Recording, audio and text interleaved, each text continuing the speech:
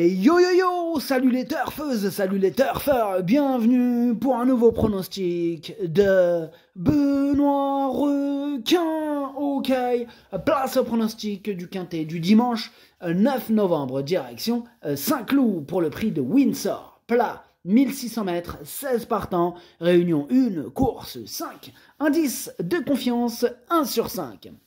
Petit retour sur les quintets de ce mercredi, de ce jeudi et de ce vendredi. Mercredi, dans mon pronostic, je vous ai donné le quintet dans le désordre. Jeudi, je vous ai donné le quintet dans le désordre. Et vendredi, je vous ai donné le quintet dans le désordre. Ça fait plaisir, il y a des résultats. On continue comme ça. Et cette vidéo, je la tourne avant l'arrivée du quintet de ce samedi. Et je reviendrai dessus demain. Ok, c'est parti, on commence le pronostic. Et on commence avec le numéro 1, Olympique Message.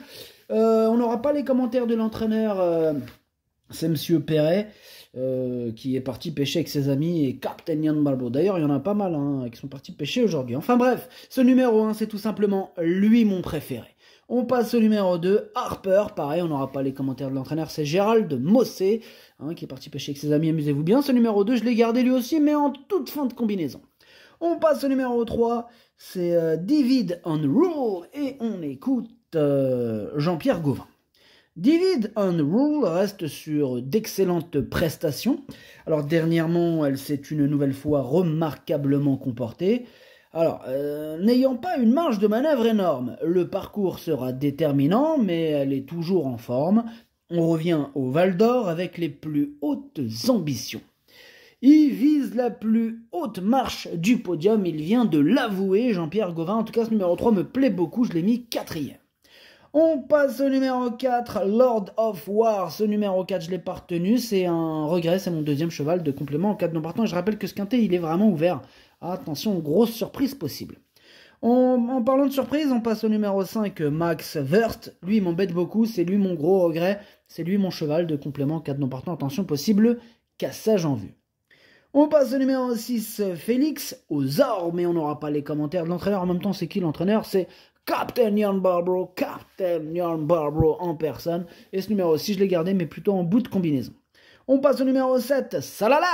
Et on écoute Jérôme Andreu. Ouais, Salala, il s'est vite retrouvé à côté du leader dernièrement, le Néovent. Et malgré cela, Salala, elle s'est montrée très courageuse. N'ayant pas d'engagement sur plus court, on se retrouve encore sur cette distance. Faudra gérer ce paramètre en priorité. J'espère que Salala pourra à nouveau lutter pour les premières places. Moi, me plaît beaucoup, Salala. Je la suis depuis un bail. Son numéro 7, c'est vraiment l'une de mes préférées. Moi, je l'ai mis 3e. On passe au numéro 8, Jill the Dragon, et on écoute Eric Libaud. Jill the Dragon est un cheval de terrain souple et il évolue sur sa distance. Le numéro de corde en dehors peut finalement lui être profitable si la course se joue à l'extérieur. Bon, jugé sur ce qu'il a montré, il est capable de remporter un quintet. En dernier lieu, à Paris-Longchamp, il n'a fait que pousser le gagnant. On attend une confirmation. Ok, merci Eric. En tout cas, ce numéro 8, il fait partie de mes préférés. Je l'ai mis 2e. On passe au numéro 9, Acto, et on n'aura pas les commentaires de l'entraîneur. Je vous ai dit, ils sont beaucoup à être partis pêcher. Là, c'est Fabrice Chappé, l'entraîneur. Il s'est échappé, amusez-vous bien. Bref, c'est le numéro 9, et je l'ai mis 5e.